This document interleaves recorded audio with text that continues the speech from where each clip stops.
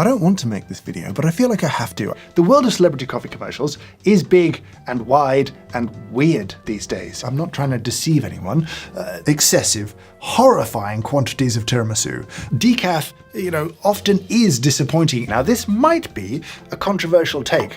You've probably come across someone on the internet, someone like me, telling you to charge more and make more money. Hi, I have been shopping on AliExpress. How are they making money on that and paying David Hasselhoff? This was an experiment and this was a failure. Things are going to get a bit more opinionated here. It's a bit like when there's movies that seem to be the same movie but released at the same time. That has me feeling a little bit excited in a funny sort of way. And that may confuse you because I've been someone that says, don't put coffee in stuff. Don't put it in red wine, don't put it in gum, don't put it in shampoo. So we're not drinking that one. To be honest, I didn't even know Japan grew coffee. They need a little bit of love and care too. If you haven't seen the original Brad Pitt DeLonghi coffee commercial, now is a good time to watch it. I wanted a hobby that was slow, that was difficult, that had no instant gratification. I have friends who work in offices, and I think Hugh Jackman did kind of forge that path. Well, not really. We're actually going to be comparing 4 portable espresso makers, causing an angry, spurting, sputtering phase. I would recommend it very highly. And I'm not gonna lie, because if you were to buy a good grinder and a kettle and say even a cheap V60, it shocked me that no one had really done it before.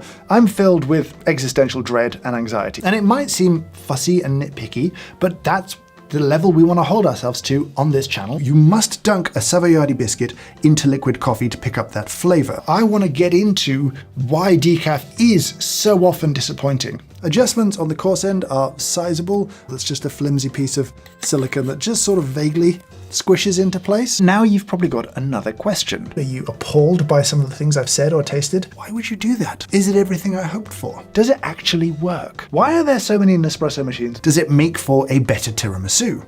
Could you put that in yourself? I'm not sure you should. The whole thing just gets soggy and gross.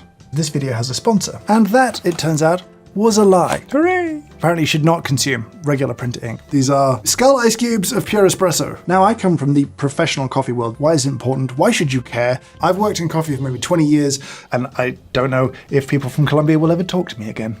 For now, I'll say thank you so much for watching. Bye! Unbelievable.